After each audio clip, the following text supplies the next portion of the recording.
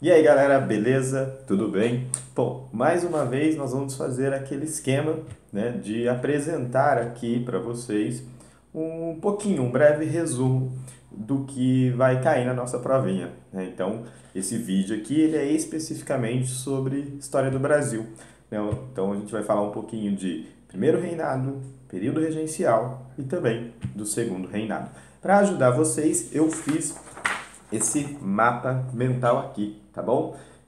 Aí na casa de vocês, pela tela de vocês, vocês estão vendo algumas numerações, tá ok? Essa é a ordem que vocês devem seguir na leitura. Então começa por aqui, aí 1A, 2A, 3A, 4A.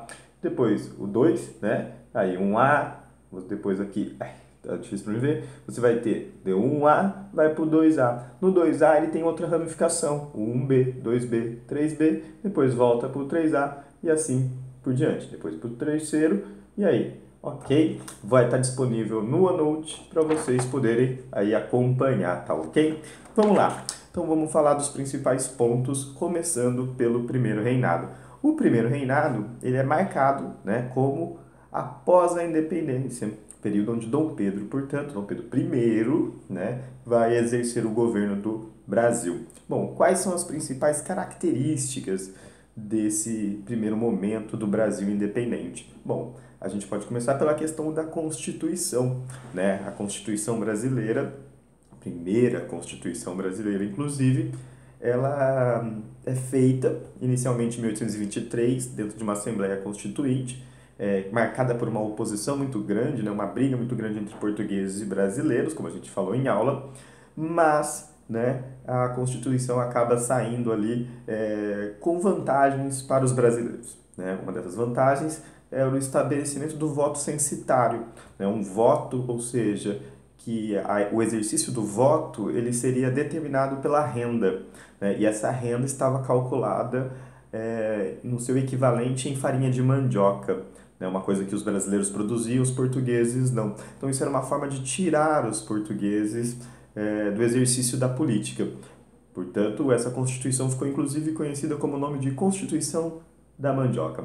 Ela foi cancelada pelo Dom Pedro, uma vez que, além de retirar os portugueses do exercício da política, ela também limitava os poderes do Dom Pedro, né? Então, muito parecida com a Constituição da Inglaterra, né? Que colocava alguns limites para o exercício do poder político do imperador.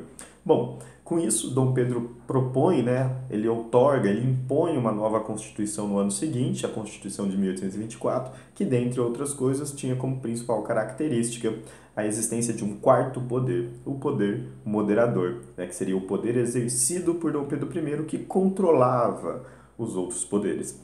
Bom, galera, então dessa forma a gente tem aí mais ou menos o desenho de como serão as regras do jogo no Brasil nesse momento. Bom, outra questão importante é a economia, né? A economia estava mal e ela acaba piorando. Ela estava mal primeiramente porque quando Dom João, pai de Dom Pedro, foi embora do Brasil em 1821 por conta da Revolução do Porto, que nós já estudamos também, o que vai acontecer? Ele vai levar embora o dinheiro que existe no Banco do Brasil. Ora, bolas, o dinheiro era dele, né? Na visão dele, o dinheiro era dele. O dinheiro de um reino pertence ao seu rei. Bom, então o Brasil já tem esse problema econômico. Depois nós vimos que para aceitar a independência do Brasil, Portugal impõe uma dívida, né? Uma dívida considerável, 2 milhões de libras esterlinas, da qual o Brasil, para pagar, pega dinheiro emprestado com a Inglaterra. Né? A Inglaterra, aí nesse momento, empresta o dinheiro, claro que esperando um pagamento, um empréstimo, portanto, e também a partir desse acordo Brasil-Inglaterra, a Inglaterra passa a pressionar ainda mais o Brasil para que o Brasil acabasse com a escravidão, coisa que nós já falamos e vamos voltar a isso daqui a pouco também, ok? Então, essa era o cenário econômico. O problema é que também nesse período, por conta dessa Constituição que eu acabei de falar, autoritária, né, absolutista, algumas províncias do Brasil vão entrar em conflito com a capital do Império, com o Rio de Janeiro, consequentemente com Dom Pedro. Que lugares são esses? Primeiro, ao norte, né, na Confederação do Equador, em 1824, que está relacionada a essa centralização política, uma outra palavra importante que nós iremos voltar a ela, tá? Então, uma guerra que é derrotada, né? Algumas províncias do norte tentam se separar do Brasil, Dom Pedro impede através da guerra, então da violência, algo que já é um pouco mal visto por alguns setores da sociedade, esse exercício da violência num país que acabou de ser formado. E em 1825, no ano seguinte, a Guerra da Cisplatina, uma guerra entre o Brasil e o atual hoje Uruguai, que na época era uma província também do Brasil. Mas o resultado é diferente, né? Dom Pedro leva 3 anos, né, de conflito, ele se envolve numa guerra de 3 anos. O resultado do conflito não é favorável ao Brasil, o Brasil perde a província, o Paraguai se torna independente, portanto, e também o Brasil gasta muito dinheiro, então aquela crise econômica ela se acentua, ela piora. Bom, então politicamente também, já que nós falamos, o Dom Pedro vai passar por uma crise política muito grande. O fato dele ter estabelecido uma constituição autoritária e também o fato dele ter essa vinculação com o trono português, principalmente após a morte do pai dele, faz com que cresça um receio muito grande dos brasileiros, e principalmente dos políticos brasileiros, em relação à figura dele. Então ele começa a perder popularidade. Isso ligado à crise econômica vai fazer com que ele renuncie em 1831, tá ok? Então a gente pode pensar então que o Dom Pedro começa o primeiro reinado como herói, né? Uma vez que ele é o indivíduo que faz a nossa independência, pelo menos assim entra para a história oficial naquele período, e termina como um vilão, né? Termina renunciando ao trono do Brasil. Bom, mas ele renuncia em favor do seu filho, né, Dom Pedro II. Só que existia um pequeno problema. Dom Pedro II, nesse momento, tinha apenas 5 anos de idade. Não poderia governar. Então, o que seria a sequência lógica, né? Primeiro reinado, segundo reinado, vai sofrer com um intervalo. Entre o primeiro reinado e o segundo reinado, nós temos o período chamado de período regencial. Por que período regencial, né? Vamos pensar que o regencial, o regente, é aquele que vai reger, aquele que vai controlar o governo durante a ausência do imperador, que não pode governar devidamente porque não tem condições, não tem maturidade para isso. Então, deveria se esperar, segundo a Constituição, até que o imperador atingisse seus 18 anos e assim pudesse exercer o seu direito, né? O seu direito de governo. Bom, esse período então, de 1831 a 1840 ele é marcado por duas características principais. Intensas disputas políticas e conflitos, né? Conflitos, rebeliões e até mesmo guerras dentro do Brasil. Então, um período de muita instabilidade política no país. Politicamente falando, o que marca esse período é a existência principalmente de dois grupos políticos, né? O que a gente vai chamar de liberais conservadores ou regressistas, que são aqueles indivíduos que defendem a centralização política, né? O que é centralização política? É o poder concentrado no Rio de Janeiro, tá ok? E um outro grupo que defende a descentralização. Gente, espera aí que eu vou só te fazer um negócio aqui. Bom, tirando a gata aqui, que ela estava quase derrubando a câmera. Bom, voltando, né, o outro grupo político eram os liberais progressistas, né, que defendiam, geralmente, né, na sua maioria, defendiam a distribuição do poder para as províncias, né, um federalismo, assim, mais ou menos como os Estados Unidos funciona, coisa que a gente até chegou a discutir em sala, chegamos a conversar sobre essa comparação em sala para tentar entender. Essas duas disputas, né, vai fazer com que ocorram mudanças dentro do período regencial. Então, nós temos uma regência que é inicialmente trina, composta por 3 pessoas, mas depois ela será alterada no ato adicional de 1834 para uma regência una. E isso é muito interessante, né, porque o ato adicional ele se insere dentro de um período que a gente vai chamar, está escrito aí até no mapa de mental para ajudar vocês, de onda liberal, que é um período de maior descentralização política. E olha, vejam que engraçado. O ato adicional, ele descentraliza algumas questões, ele dá uma maior autonomia para as províncias, mas ao mesmo tempo ele centraliza. O que que ele centraliza? Ele centraliza o poder político, uma vez que ele acaba com a regência que era trina e transforma essa regência em una, uma pessoa só no poder. E aí nós teremos as regências unas, uma do Diogo Feijó e a outra do Araújo Lima, né? Essa instabilidade política vai acabar levando, no final das contas, em 1840, ao chamado golpe da maioridade, quando Dom Pedro, com apenas 15 anos de idade, Dom Pedro II, ele é conduzido ao trono. Nisso, num golpe que é apoiado tanto pelos progressistas quanto pelos regressistas. Ambos viam vantagens, naquele momento, de voltarem, né, de retornarem com a monarquia, tá ok? Então, esse é o caráter político. O caráter do conflito, né, as guerras e as revoltas que ocorrem no Brasil estão relacionadas, né, e são várias, né, a gente falou Malês, Balaiada, Sabinada, Farroupilha e tantas outras, elas ocorrem no Brasil devido a esse conflito político na capital. Né? Esse conflito político na capital ele se espalha pelo Brasil nesse viés, né, de conflitos, de revoltas. Né? Isso também é óbvio somado a questões como a desigualdade social, a própria questão da escravidão, como nós temos na revolta dos malês, as dinâmicas internas, enfim, uma série de questões. Então, todos esses problemas levam o Brasil a uma série de conflitos, a uma série de guerras. A mais importante para nós nesse momento, né, todas têm a sua devida importância, mas para nós nesse momento a mais importante é a Farroupilha, ocorrida no Rio Grande do Sul. Por quê? Porque ela é a mais extensa, ela dura 10 anos, ela é a única que começa no período regencial e termina lá no segundo reinado, tá ok? Por que que ela é importante, então? Por conta dessa duração, por conta das questões que serão levantadas com ela, por exemplo, a proclamação de uma república, ou seja, em um breve momento, o Rio Grande do Sul acaba se separando do Brasil, a forma como a questão será resolvida, colocando-se ali, só mais um minuto que a gata de novo subiu aqui, então voltando à Farroupilha, como a forma como ela será resolvida, né, quando todos os envolvidos serão anistiados, né, uma forma bem diferente da forma como as outras terminaram.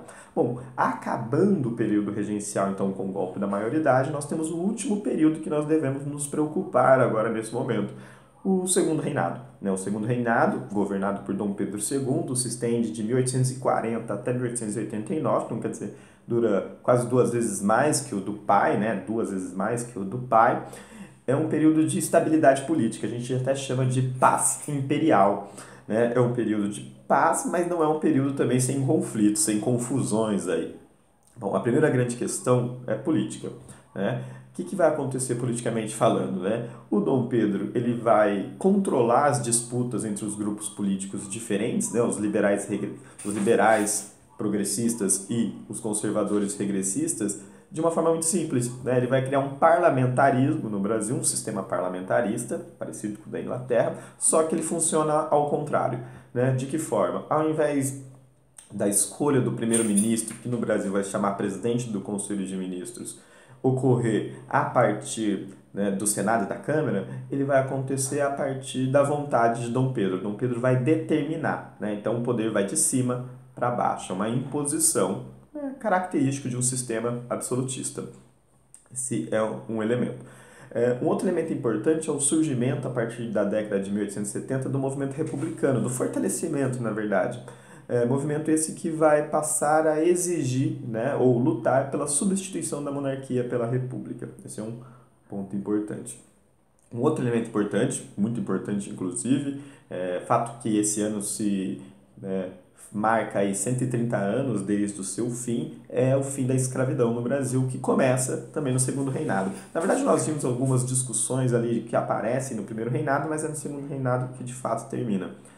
A Inglaterra exerce uma pressão muito grande, a pressão inglesa ela não é humanitária, ela tem um viés muito mais econômico, né, de liberar grande parte da população brasileira do cativeiro, passando a ser mão de obra livre, recebendo salário e, portanto, podendo consumir, né, então podendo comprar produtos, isso era importante para a Inglaterra.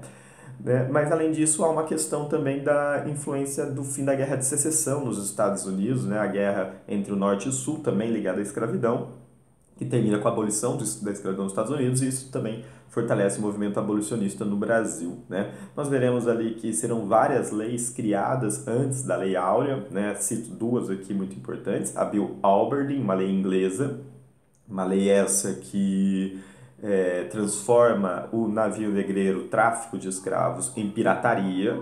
Então, a partir daquele momento, um navio que saísse da África, como a gente falou, e viesse até o Brasil, né, e fosse pego pelos navios ingleses, uma espécie de blitz policial no mar, ele, se fosse constatado que esse navio era um navio de escravos, ele seria conduzido de volta à África e seria, portanto, teria sua carga liberta, tá ok? Então, uma interferência direta da Inglaterra. Por que a Inglaterra faz isso? Porque ela é uma grande potência. Bom, no Brasil, né, a gente tem leis, várias leis, como eu disse a vocês. A gente pode citar aqui a lei de 1850, que proíbe a escravidão, a lei Eusébio de Queiroz, uma lei que transforma, que diz que não podem mais chegar escravos ao Brasil, mas os escravos que estão no Brasil continuam escravizados. Então, a gente percebe uma certa medida paliativa, uma medida que visa acabar com a escravidão a longo prazo. Depois nós temos a lei do ventre livre, por exemplo, a lei sexagenária, que nós vimos tem um impacto muito baixo na questão de terminar com a escravidão. E por último, mas, né, e mais importante, evidentemente, a lei de 1888, a Lei Áurea, que finalmente acaba com a escravidão, né? E mais vai ser um problema também para a monarquia. Acaba com a escravidão e acaba também com a monarquia, de certa forma. Bom, nós sabemos que em 1889 ocorre finalmente a proclamação da República, o Brasil se transforma em uma república e nós vimos ali que o responsável por isso é a perda de apoio dos três grandes setores sociais que sustentavam a monarquia, os pilares da monarquia. Os militares, devido à Guerra do Paraguai e a reivindicação deles por mais direitos políticos, né, por uma maior participação política, e também pela questão da abolição, né, que já que eles lutaram com escravos ali durante o período. Então, essas duas reivindicações militares vai fazer com que os militares se afastem do imperador, né, e acabem se convertendo ao republicanismo, alguns indivíduos. A questão com a igreja, né, a briga entre o Dom Pedro e o Papa devido a uma ordem papal de expulsão dos maçons da igreja e a recusa de Dom Pedro em obedecê-la, o que vai gerar um conflito entre Dom Pedro e a igreja, mais dois bispos que serão presos a mando de Dom Pedro.